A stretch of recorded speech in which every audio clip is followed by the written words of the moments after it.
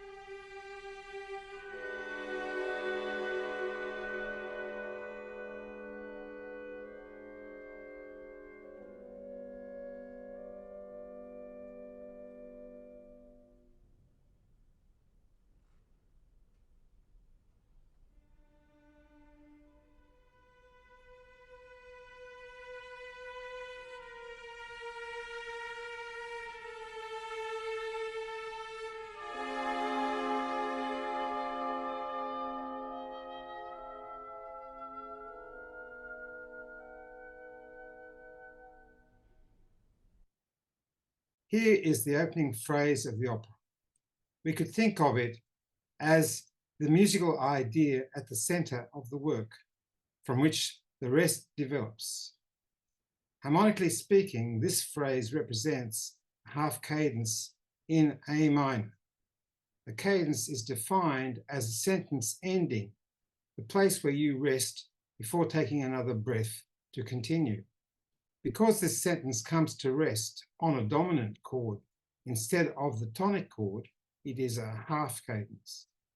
In the minor mode, that is enough to define the key, even without going on to the final chord. This device can easily be found in many of the Bach chorales. Wagner builds tension from this phrase onwards by continuing to imply the tonal center of A minor, though the chord of A minor itself never appears. Now, this initial gesture is quite complex from the point of view of both counterpoint and harmony. So let's first have a look at the melodic and rhythmic factors at work.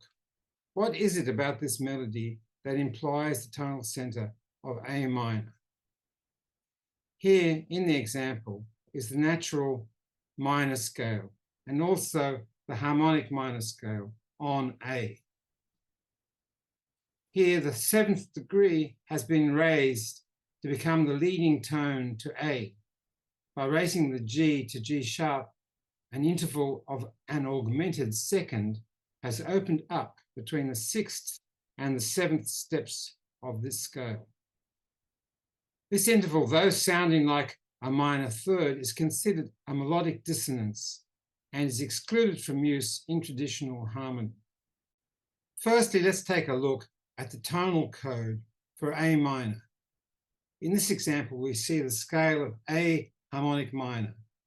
The constituent notes of the A minor chord are considered stable, while the scale notes that do not belong to the chord are seen to bridge between the scale tones. The melodic degrees of 2, 4, and 6 tend downwards, while the seventh degree leads up to the tonic. Now, if we analyze the initial phrase looking only at the alto voice, it would look something like the next example. If we presume we are in A minor, then the phrase begins with the tonic note of the scale. It seems to be a very strange melody, though, if the aim is to outline the A minor scale, because it comes to an end on the fourth step of the scale. Would it not be more reasonable to conclude that the melody is in D minor, as in the next example? Here I've written the D sharp as an E flat to make explicit the chromatic descent through the flattered second step to a tonic note in D minor. It looks very logical, but unfortunately not so.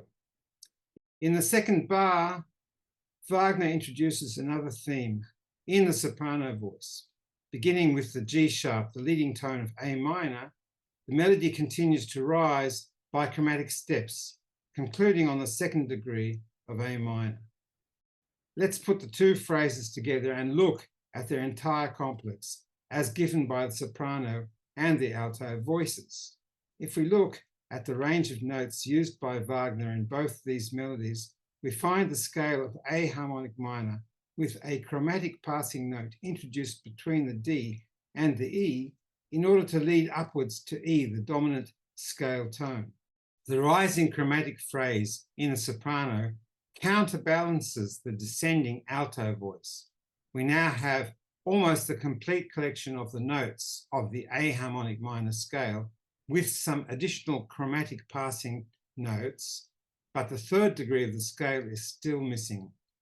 Almost all the information we need to establish A minor as a tonic, but more of a question than an answer, as befits the opening phrase of an opera 3 hours in length. Firstly, there is a melodic jump of a minor sixth from A to F.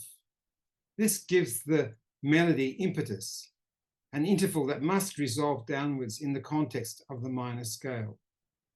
Wagner's choice of a minor sixth is significant because it is the most dramatic leap he could make from the tonic note of A in the context of this scale. Though the leap of an octave would have been possible, it would not have been as dramatic. It would just sound like the same note in a different register. No wonder we associate this leap with yearning. It makes a very powerful dramatic statement. The F falls to the dominant note of the scale, E. But then the E, though it is a stable chord tone, continues to fall to the D sharp, which is a chromatic tone, foreign to the scale. At the same time as the initial phrase reaches its resting point on D sharp, the second melodic phrase makes its entry. Looking at these two phrases together, we become aware of the two melodies formed by chromatic steps, one descending from F through E and D sharp to D, and another beginning one bar later in the opposite direction, ascending from G sharp through A and A sharp to B. These two melodic lines exemplify the technique of imitation through inversion, concepts central to the practice of counterpoint. We should also look at the rhythmic devices expressed in this initial phrase complex. The rhythmic idea is very simple, short to long, da-da, and its opposite, long to short, da-da. Two ways of expressing the 6/8 time signature that give rhythmic impetus to the whole structure, moving it along to its temporary point of resolution. In the example, we see two thematic gestures. The first phrase descending to D sharp, which I call capital A, and the second phrase ascending to the note B, which I call capital B. The rhythms that push these phrases along are little a, short to long, the accent falling on the long note, and little b, long to short. Capital A up until the D sharp is made up of two little a motives, the first of which overlaps with a little b motive from F to E. The B theme shows even more clearly that the rhythms of little b and little a are reflections of one another. The long short rhythm of bar 2 is reflected back the other way in bar 3, short to long. The second little a rhythm, A2, is different from little a in that the accent falls on the short note, not the long one. But what of the harmony? After all, it is the Tristan chord that piqued our interest. At the beginning of the second bar, the second melodic theme from G sharp to B appears, accompanied by the Tristan chord. In other words, after the yearning melodic leap of a minor sixth and the short resolution to E, the dramatic tension continues to build. The Tristan chord bursts into our consciousness here because of its specific chord quality and its place in the harmonic context. So let's have a look at the whole chord. Note that the F, the sixth degree of the A minor scale, is now in the bass voice, down an octave from where it first appeared. The Tristan chord is notated with the G sharp, the leading tone to A, and the D sharp, a chromatic passing tone that should lead upwards to E. It may sound like a half diminished chord on the sixth degree of the minor scale. However, it is not a half diminished chord, though if we stay frozen at this point of time, it sure sounds like one. It is the Tristan chord. Because of its special nature and the way it resolves in the harmonic context, it is deserving of its own nomenclature. This so-called half-diminished chord is somehow sitting on the sixth melodic step of the minor scale, in place of the major chord that should usually reside there. Usually, the half-diminished chord can be found on the second step of the minor scale and on the raised sixth degree of the melodic minor scale. So what other chords are usually found on the natural sixth degree of the minor scale? Well, all the chords of the augmented sixth, the so-called national chords, the Italian sixth, the German sixth, and the French sixth, originate on this degree, though inversions of these chords are also very much in use. To find out more about augmented sixth chords, you should go to my YouTube lecture about these chords. Could the Tristan chord also be an augmented sixth chord? I know of only one harmony text that proposes this solution. Harmony in its systemic and phenomenological aspects by Yitzhak Sedai, published in 1980. Sedai proposes that the Tristan chord is in fact an altered diminished seventh chord in the third inversion, which, like all chords of the augmented sixth, sits on the sixth step of the minor scale. Let me explain. Here is the diminished seventh chord on the seventh degree of the A harmonic minor scale. Here is the same chord in the third inversion. The alteration occurs on the note D, which is raised to D sharp, as it was in the A minor scale with chromatic alterations that we discussed previously. This is beginning to look familiar. Note that there is now an augmented sixth interval between the bass note F and the treble note D sharp. If we go back to Wagner's original voicing of the Tristan chord, we should ask if this chord would resolve to the dominant chord of the A minor scale, as would other augmented sixth chords in this harmonic context. Well, it does. Resolution would look something like this, which, if you ask me, is pretty boring. The G sharp in the melody stays in place. The D sharp in the alto voice moves up to E, as it was intended to do.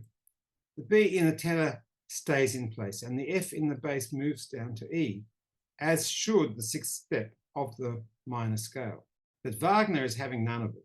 Wagner makes this resolution more interesting by effecting a voice exchange between the G sharp and the B in the soprano voice and between the B and the G sharp in the tenor. The chromatic bridge, which we discussed earlier, becomes a thematic device in the whole opera. If we apply the rhythm of the upper voice to every chord, Wagner's original phrase would now look like this. So we can see the Tristan chord, an altered, inverted, diminished chord, proceeds to a French sixth chord, which has the length of exactly 1/8 note, and then resolves to a dominant seventh chord with an augmented fourth, which reaches its final destination in a dominant seventh chord on the fifth scale step. In order to achieve this, Wagner has let the D sharp resolve back down to a D natural instead of leading up to E. Well, this is where this note was originally before it got altered. So we'll let him get away with it this time. If we look at the A sharp in the melody, we see it is a chromatic alteration of the first scale step, the tonic. We hear it as an appoggiatura, an accented passing note, leading up to the second step of the scale, B. a constituent note of the E7 chord. Notice how the rhythm of the phrase makes clear which notes are essential and which we merely pass over. And if we take into account the mirror rhythm of the second phrase, which we discussed earlier, we can see clearly that the first and the fourth chords of this phrase are the essential chords. And those chords supporting the passing notes between G sharp and B are merely chromatic passing chords, bridging between the essential chords. So welcome the Tristan chord to the world. Another augmented sixth chord, which I propose should be notated capital T R6 in your next harmonic analysis.